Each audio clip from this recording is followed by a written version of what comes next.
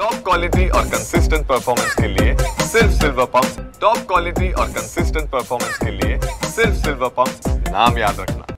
आज की ही पत्रकार परिषद सिंधुदुर्ग जिल्ह्याच्या पालकमंत्री म्हणून जिल्ह्याच्या जनतेशी बोलावं, संवाद साधावा या दृष्टिकोनातून बोलवलेली आहे। आज आपल्या देशामध्ये जी काही परिस्थिती आपण ऐकत आहोत, वाचत आहोत, त्या बाबतीमध्ये सर्वात प्रथम तर आपल्या सैन्याचा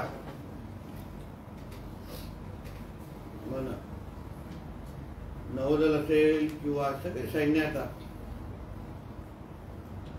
सिंधुदुर्गची जनता म्हणून आपण सगळेजण त्यांचं अभिनंदन करायला पाहिजे, त्यांच्याबद्दल अभिमान वाटला पाहिजे की ज्या पद्धतीने आज आपल्या भारत देशाची मान आणि अभिमान राखण्याचं काम आपले तिन्ही सैन्याचे सैनिक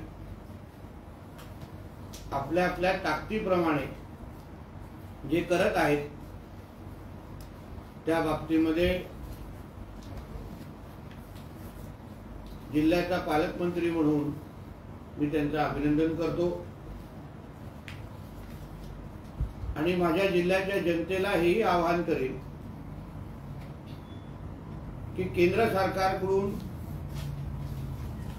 जे जे आव्हानं आपल्या सगळ्यांना केल्या जात आहेत,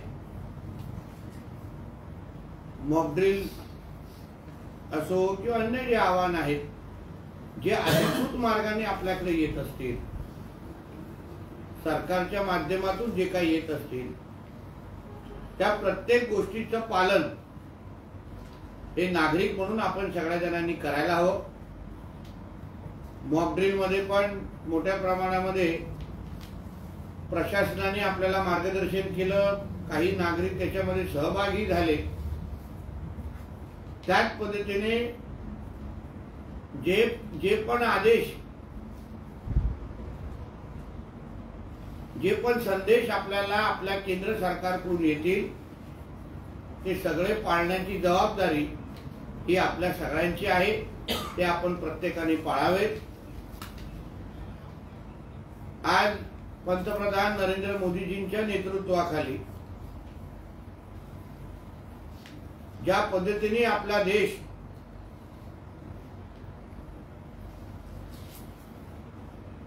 अतिरेक्यांच्या विरोधात, जिहाद्यांच्या विरोधात जो लढा देतोय, ज्या अतिरेक्यांनी आपल्या निष्पाक आपल्या पर्यटन करण्यासाठी गेलेल्या नागरिकांना मारलं आणि ह्या अतिरेक्यांच्या विरोधात आपण वर्षानुवर्ष पाकिस्तानला आपण आव्हान देतोय, वारंवार सांगितलेलं आहे आपण की आपल्या देशामध्ये अतिरेक्यांना तुम्ही पोसू नका, त्यांना दूध पाजू नका, पण तरीही त्याच्यामध्ये काही फरक पडताना आपल्याला दिसला नव्हता। पण आज नरेंद्र मोदीजींच्या सरकारने ज्या पद्धतीने या अतिरेक्यांच्या विरोधात एक मोहीम उघडलेली आहे, आपण सगळेजण वारंवार ऐकतो आहे। अधिकृत पद्धतीने सैन्याची ब्रीफिंग आपल्याला होते आहे आणि तिकडून मिळालेली जी काही माहितीच्या अनुसार बहुतेक मोठ्या प्रमाणामध्ये अतिरेक्यांवर हल्ला करण्याचं काम आपल्या सैन्याकडून होत आहे। या निमित्ताने नागरिक म्हणून आपण आपल्या सैन्याचं मनोबल कसं वाढवू शकतो, त्यासाठी जास्तीत जास्त प्रयत्न आपण सगळ्यांनी करायला हवे। मग सोशल मीडिया असो किंवा जे माध्यम तुमच्या हातात असतील, त्या सगळ्याच्या माध्यमातून आपण आपल्या सैन्याच्या मनोबल वाढवलं पाहिजे, त्याला ताकद दिली पाहिजे. कुठेही त्यांच्या शौर्यावर प्रश्नचिन्ह निर्माण होईल अशी कुठलीही बाब आपल्या माध्यमातून होऊ नये याची काळजी आपण सगळे नागरिक म्हणून आपण सगळ्यांनी घेतली पाहिजे.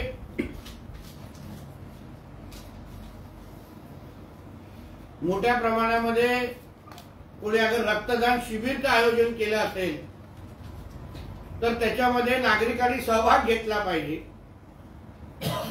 उद्या देशामध्ये अगर कुठलीही परिस्थिती निर्माण झाली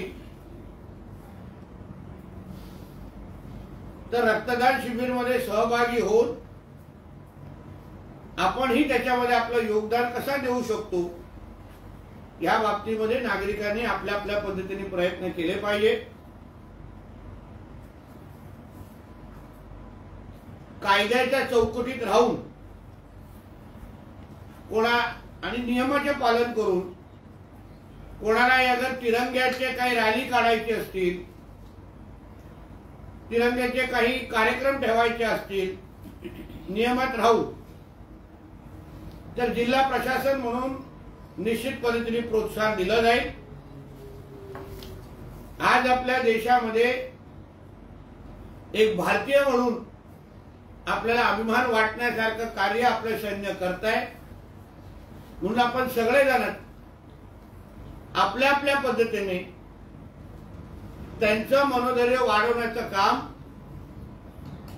शब्दा पलीकडे जाऊन कृतीतून करावं असं सिंधुदुर्ग जिल्ह्याचा पालकमंत्री म्हणून मी आपल्या जनतेला करीन. मला विश्वास आहे सिंधुदुर्गची जनता आमच्या केंद्र सरकारला आणि राज्य सरकारला त्याचबरोबर आमच्या जिल्हा प्रशासनाला नेहमी जसे सहकार्य करते तसंच याही वेळी सहकार्य आपण सगळेजण कराल अशी अपेक्षा आणि विश्वास या निमित्ताने मी व्यक्त करू.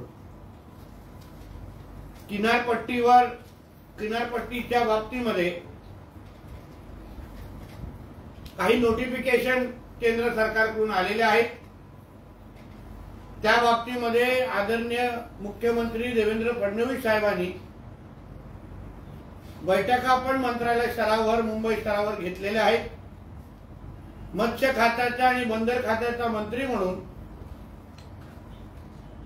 मी आपल्या मच्छीमार बांधवांना पण आवाहन करेन की केंद्र आणि राज्य सरकारकडून जी काही नियमावली आलेली आहे त्याची आपण तंतोतंत आपण सगळ्या जणांनी पालन करावं. कोणीही अति उत्साह दाखवू नये. शेवटी आपल्या नेव्हीनी नौदलाने काही नियम पाळून दिलेले आहेत. या परिस्थितीमध्ये ते सगळे नियम पाळण्याची जबाबदारी आपल्या सगळ्यांची आहे.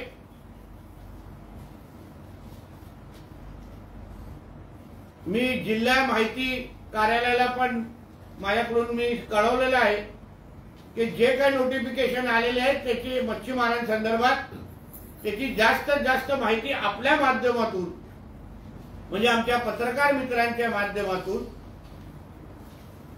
मच्छीमारांपर्यंत पोहोचवण्याचा प्रयत्न आम्ही लोक करणार आहोत. कोणाला कुठलेही प्रश्न असतील किंवा माहिती अपुरी मिळत तरी मलाही संपर्क केला तर मीही देऊ शकतो. आमचे मत्स्य खात्याचे सह आयुक्त आहेत, आमचे कर्मचारी आहेत, तेही मच्छीमार समाजाकडे आलेली माहिती पोहोचवण्याची जबाबदारी त्यांचीही असेल. तेही आपलं काम चोख पद्धतीने करतील एवढी काळजी खात्याचा मंत्री म्हणून मी निश्चित पद्धतीने घेईन. पण एकंदरीत ह्या पूर्ण परिस्थितीमध्ये जिल्ह्याच्या जनतेने सैन्याचं मनोबल वाढवणं आणि दुसरं सरकारने ज्या ज्या पद्धतीने आपल्याला काही निर्देश दिले असतील त्याचं पालन करावं. समाजाच्या विविध घटकांना रक्तदान शिबिर असो किंवा अन्य काही गोष्टीच्या माध्यमातून मदतीची भूमिका आणि सकारात्मक पद्धतीने या सगळ्या दृष्टिकोनातून पाहावं असं आवाहन या निमित्ताने मी करेन। दुसरं म्हणजे 11 तारखेला म्हणजे परवा बहुचर्चित असलेला आपल्या राजकोट वरचा छत्रपती शिवाजी महाराजांचा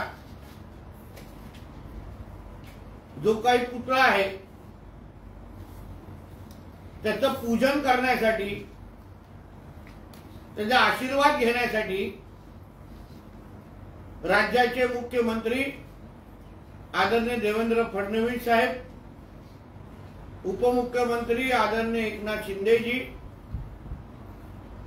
उपमुख्यमंत्री आदरणीय अजित पवारजी, आमचे सार्वजनिक बांधकाम मंत्री शिवेंद्रराजे भोसले हे काही आणि अजूनही काही मान्यवर पूजन करण्यासाठी, दर्शन घेण्यासाठी 11 तारीख सकाळी 12:30ला आपल्या जिल्ह्यामध्ये मालवणच्या परिसरामध्ये उतरतील आणि राजकोटच्या दिशेने गेल्यानंतर तिथे पूजन करतील, दर्शन घेतील। तिथे एक आरती पण होईल आणि दर्शन घेतल्यानंतर मग करंजाच्या गौशाळेच्या इथे राणेसाहेबांच्या कार्यक्रमाकडे त्या दिशेने ते जातील। आज ज्या पद्धतीने काही महिने अगोदर पुतळा पडण्याची जी काही घटना झाली, जो एक काळा ठपका आपल्या एकंदरीत जिल्ह्याच्या त्या घटनेमुळे आपल्यावर लागला होता। आज आदरणीय सुतारजी पण पाहणी दौऱ्याच्या निमित्ताने तिथे आले होते आणि आज एकंदरीत त्या पुतळ्याकडे पाहिल्यानंतर वर्षानुवर्ष आणि पिढ्यानपिढी तो पुतळा तिथे आपल्याला पाहायला मिळेल आणि आपल्या सगळ्या जणांना अभिमान वाटेल असं काम आदरणीय सुतारजींनी केलेलं आहे। राज्याचे मुख्यमंत्री आदरणीय देवेंद्र फडणवीसजींच्या नेतृत्वाखाली त्यांचं सरकार महायुतीचं आमचं बसल्या पहिल्या 100 दिवसाच्या कार्यक्रमाच्या मध्ये हा पुतळ्याचा उल्लेख होता आणि त्याच दृष्टिकोनातून पीडब्ल्यूडी खात्याने मुख्यमंत्री देवेंद्र फडणवीसजींच्या नेतृत्वाखाली परत एकदा तो पुतळा त्या ताकदीने आणि जगाला हेवा वाटेल असा परत एकदा तो पुतळा उभा करून दाखवलेला आहे। यामध्ये आदरणीय अजितदादांचा आणि आदरणीय एकनाथ शिंदे साहेबांचं पण मोठ्या प्रमाणामध्ये मार्गदर्शन आम्हाला लाभलं। परवा पुतळ्याचं पूजन झाल्यानंतर त्याच्या आजूबाजूचा परिसर आणि दीपक केसरकरजींच्या मार्गदर्शनाखाली जे काही शिवसृष्टीचा जो काही एकंदरीत प्रकल्प तिथे होणार आहे त्या बाबतीमध्ये जागा विकत घेण्याची प्रक्रिया अंतिम टप्प्यात आलेली आहे आणि मग पुतळ्याचा परिसर एकंदरीत सुशोभीकरण झाल्यानंतर बाजूला शिवसृष्टी उभारण्याचं पण काम आमचं महायुतीचं सरकार निश्चित पद्धतीने करेल हा विश्वास या निमित्ताने मी आपल्या सगळ्या जणांना देतो। धन्यवाद।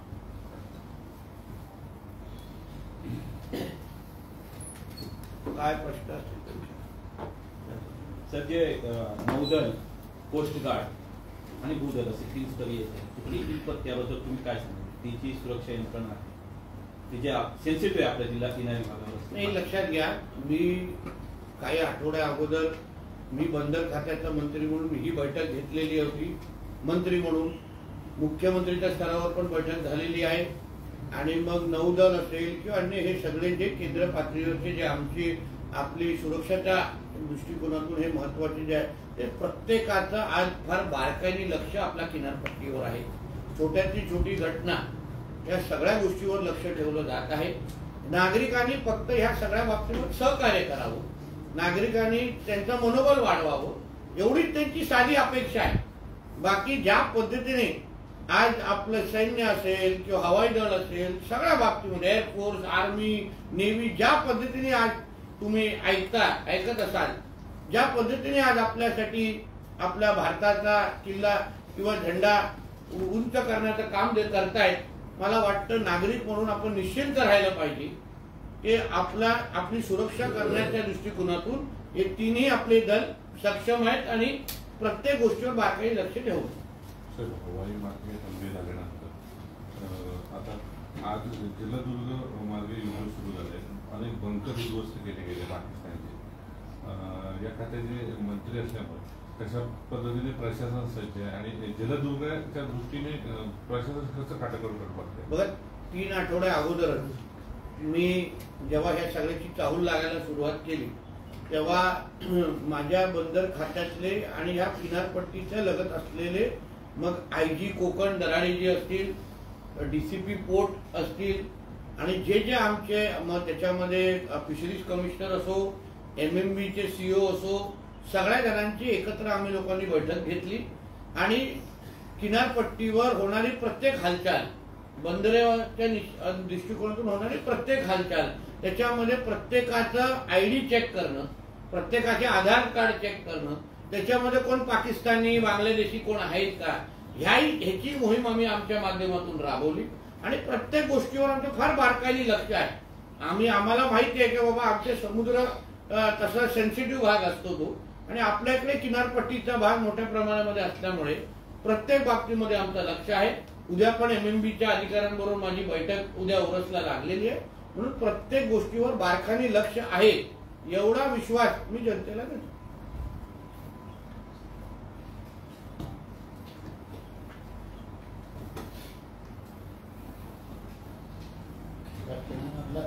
शिवपुतळ्याच्या बाजूला शिवसृष्टी उभारली आहे. शिवसृष्टीच्या म्हणजे पुतळा तोडला तर बाकीची सगळी जागा ही प्रायव्हेट आहे. संपादन जी प्रायव्हेट जागा आहे जिथे शिवसृष्टी आम्हाला उभारायची आहे, तिथे संतोष चव्हाण नावाचे मालक आहेत. त्यांच्याशी आमचं बोलणं झालेलं आहे आणि 5 पट रकमेने ती जागा त्यांच्याकडून विकत घेऊन आता तो प्रस्ताव मंत्रालय स्तरावर अंतिम टप्प्यात गेलेला आहे. मला वाटतं की पुढच्या आठवड्यातच तो विषय क्लिअर होईल आणि एकदा ती जागा आम्ही संपादन केल्यानंतर अमित कामत जे दीपक केसरकरांबरोबर काम करणारे आर्किटेक्ट आहेत, त्यांनी शिवसृष्टीचं एकंदरीत प्लॅन तयार केलेला आहे. एकदा त्या गोष्टी झाल्यानंतर शिवसृष्टीचं पण काम होईल, त्याचबरोबर त्या पुतळ्याच्या आजूबाजूचं सुशोभीकरण करावं अशी मागणी आमदार निलेश राणे साहेबांनी आमच्याकडे केलेली आहे. त्याच्यातून DPDC मधून मग त्याच्याकडे CCTV कॅमेरा असो, सुशोभीकरण असो, त्या सगळ्यासाठी निधी जो पाहिजे तो आम्ही जिल्हा नियोजन उपलब्ध करून देतो. 100 कोटी शिवसृष्टी 100 कोटीचा आहे. त्याचबरोबर त्या पुतळ्याच्या आजूबाजूला जे सुशोभीकरण लागेल त्याला वेगळं निधी असतो.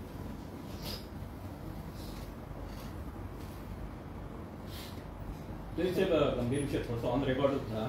ते मुस्लिम महिलांनी आपल्या देशात लग्न केलं, सिंधुदुर्गात आपल्या तो पण पडते की मुस्लिम महिलांनी आपल्या लोकांशी लग्न केले, त्या बाबतीत आपल्या सिंधुदुर्गात अशा कोण अजूनपर्यंत आढळलेल्या नाहीत माझ्या माहितीनुसार.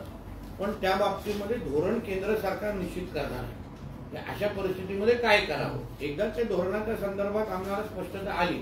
आपल्याकडे असं काय आढळलेलं नाहीये आतापर्यंत, पण आमचं फार बारकाईने लक्ष, जसं उदाहरण दोडामार्गमध्ये मदरसामध्ये काही तलवारी सापडल्या, तसं आपल्या जिल्ह्यामध्ये चालू असलेले जे मदरसे आहेत त्याच्यावर आमच्या सगळ्यांचं फार बारीक लक्ष आहे. मग एका इकडे सापडलं म्हणजे तशा काही गोष्टी अन्य मदरशांमध्ये चालू आहेत का, मग त्या माहिती करण्याच्या दृष्टिकोनातून लागलं तर सर्च ऑपरेशन घेण्यासाठी आमची तयारी आहे आणि त्या दिशेने चालणं आमचं काम आहे. म्हणून येणाऱ्या दिवसांमध्ये त्याही बाबतीमध्ये कारवाई होईल. त्याचा मदरशांचा वापर हा शिक्षणासाठी केला पाहिजे असं सांगितलं जातं, पण तिथेच अगर तलवारी भेटत असतील, काही पिंगोळीमध्ये एक मदरसा आहे तिथे मोठ्या प्रमाणामध्ये बाहेरची फंडिंग होते अशी आहे, आमच्या कानावर अशी माहिती आलेली आहे. तर त्याही गोष्टीची माहिती आम्ही गोळा करतोय की बाबा असे हे मदरसे आहेत, मदरसे शिक्षणासाठी आहेत. आता कुठल्या शाळेमध्ये तलवारी ठेवल्या असतात, हो काही जिलेटिनचे पण आहेत, असे पहिले माहिती होती पण नंतर ती कन्फर्म झाली नाही. तर मदरशांचा वापर अगर तलवार ठेवण्यासाठी ठेवत असतील तर ह्यापेक्षा त्यांचा वापर खरंच शिक्षणाचे करू शकतो का मदरसे बंद करून, त्या बाबतीमध्ये विचार करू.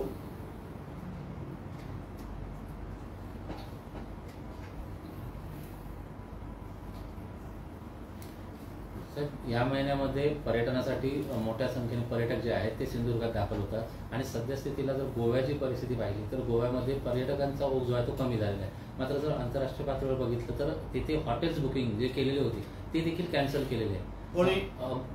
तिथल्या तिथल्या गोव्याच्या लोकांनी. मग त्याच्यामुळे आता आपल्याकडे जे पर्यटक येतील म्हणजे गोव्याच्या तुलनेत आपल्याकडे पण पर्यटक जास्त असतात. त्याच्यामुळे आपल्याकडे काही सूचना आपण दिलेल्या आहेत त्याला. ह्यासाठी आम्ही हॉटेल मालकांची मीटिंग मी पुढच्या आठवड्यातच बोलवलेली आहे. माझं म्हणणं आहे की ह्या पार्श्वभूमीवर हॉटेल मालकांनी सकारात्मक पद्धतीने आपली तयारी करून ठेवावी. उदाहरण आपल्याकडे आता बघा प्रत्येक बाजारपेठ असं फुललेलं आहे, प्रत्येक बीचवर आणि एवढ्या मोठ्या प्रमाणामध्ये गर्दी झालेली आहे. त्याच्यामुळे हॉटेल मालकांनी आपल्या आपल्या पद्धतीने वायफायचा म्हणजे उपलब्धता असो, स्वच्छता असो आणि जेणेकरून पर्यटक आपल्याकडे वाढावे म्हणजे आपल्याकडे उलाढाल वाढते, आर्थिक उलाढाल वाढते. त्या दृष्टिकोनातून हॉटेल मालकांनी सकारात्मक पद्धतीने ह्या गोष्टीकडे पाहावं आणि त्यांना सरकार म्हणून आम्ही काय मार्गदर्शन किंवा काय मदत देऊ शकतो, पर्यटन खातं म्हणून काय मदत देऊ शकतो यासाठी आम्ही तयार आहोत. मुख्यमंत्र्यांसोबत सकाळी नावला बैठक प्रशासन विशेष सूचना सुरक्षिततेच्या दृष्टिकोनातून काही सूचना दिल्या गेल्या आणि त्याचबरोबर मच्छीमारीच्या संदर्भात काही सूचना दिल्या गेल्या. किनारपट्टीवर असलेली सुरक्षता आणि एकत्रित केंद्राकडून जे काही नोटिफिकेशन आलेले आहेत, काही मार्गदर्शन आलेले आहे त्याची 100% अंमलबजावणी हे सगळ्याच डिपार्टमेंटच्या लोकांनी करावं, सतर्क राहावं आणि एकंदरीत वातावरण कसं आहे काय त्याचा आढावा आदरणीय मुख्यमंत्र्यांनी घेतलेला आहे. खरीप हंगामाबद्दल काय एकंदरीत त्या बाबतीमध्ये एकंदरीत साठ्याची उपलब्धता असो म्हणजे आपल्या विशेषतः खताची उपलब्धता असो, औषधांची उपलब्धता असो म्हणजे प्रत्येक म्हणजे आंबा, काजू, भात, सुपारी, नारळ या सगळ्या बाबतीची गेल्या वर्षीची स्थिती आणि ह्या वर्षाची स्थिती, काही प्रयोगशील शेतकऱ्यांच्या माध्यमातून आता उदाहरण निसर्ग आपल्या हातात राहिलेला नाही, अवकाळी पाऊस असो, थंडी असो ह्याचं प्रमाण काय आपल्या हातात राहिलेलं नाही. म्हणून त्या दृष्टिकोनातून जिल्हा म्हणून आम्ही अजून ह्याच्या टेक्नॉलॉजीचा वापर, एआयचा वापर त्या क्षेत्रामध्ये कसा आपण आणू शकतो. एक दुसरा खताच्या बाबतीमध्ये अन्य गोष्टीच्या बाबतीमध्ये आपण सरकार म्हणून आम्ही काय मदत करू शकतो, मंत्रालय स्तरावर त्यांना काय मदत हवी असेल या सगळ्या बाबतीमध्ये एकत्रित आमची चर्चा आणि तयारी झालेली आहे. ते काय करणार आहे, कृषी खातं म्हणून नोटिफिकेशन म्हणजे हे काढणार आहे, प्रेस रिलीज काढणार आहे. ते तुम्हाला अधिकृत पद्धतीने मिळेल की बाबा पालकमंत्र्यांच्या अध्यक्षतेखाली झालेल्या बैठकीचे काही सूचना दिल्या गेल्या त्या अधिकृत पद्धतीने आपल्याकडे प्रेस रिलीज येईल. काही प्रयोग करू शकतो का, उदाहरण आपल्या इकडे दोडामार्ग मध्ये स्ट्रॉबेरी, रबर प्लांटेशन होत आहे, पायनॅपल असो, अवोकाडोचे डिमांड फार मोठ्या प्रमाणामध्ये वाढत आहे. भाताची एक जॅपनीज भात आणि काळा भात ह्याचे काही प्रयोग आपण आपल्या जिल्ह्यामध्ये करू शकतो का, जे ज्या जातीचे भात अन्य जिल्ह्यांमध्ये त्याची जास्त डिमांड आहे. साताऱ्यामध्ये सगळ्यात मोठी शेत एक्झॅक्टली. तर माझं म्हणणं की तसे काही प्रयोग आपल्या जिल्ह्याच्या शेतकऱ्यांच्या माध्यमातून आपण करू शकतो का, त्याला प्रोत्साहन देऊ शकतो का. आपल्या उकडा भात जो आहे तो बाहेरच्या जिल्ह्यामध्ये जसं तिकडे काही चांगलं होतं ते आपण घेतोय, आपण काय चांगलं घेतो ते तिथे पाठवू शकतो का. आपल्याकडे आंबाचं उत्पादन तसं कमी झालेलं आहे यावर्षी निसर्गाच्या एकंदर त्याच्यामुळे. तर त्या बाबतीमध्ये काही उपाययोजना आम्ही लोकांनी चर्चा केल्या.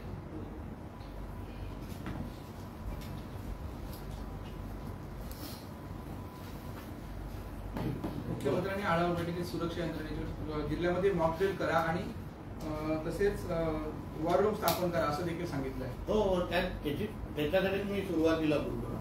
मॉकड्रिल मध्ये नागरिकांनी जास्तीत जास्त सहकार्य करावं, सहभाग घ्यावा, सकारात्मक पद्धतीने आपल्या सैन्याचं मनोबल वाढावं तोच धागा मी पण त्याच दिशेने बोललो ना सुरुवातीला. पुन्हा मॉकड्रिल ते निर्देश येतील तेव्हा माझं म्हणणं आहे की जे पण आदेश आपल्याला किंवा जे काही माहिती प्रशासनाच्या पातळीवरून जिल्हा प्रशासनाच्या पातळीवरून आपल्याकडून येतील, नागरिकांनी त्याच्यामध्ये सकारात्मक पद्धतीने सहभागी व्हावं. त्याच्यामुळे सैन्याचं पण मनोबल वाढतं ना. टॉप क्वालिटी और कंसिस्टेंट परफॉर्मेंस के लिए सिर्फ सिल्वर पंप्स. टॉप क्वालिटी और कंसिस्टेंट परफॉर्मेंस के लिए सिर्फ सिल्वर पंप्स. नाम याद रखना.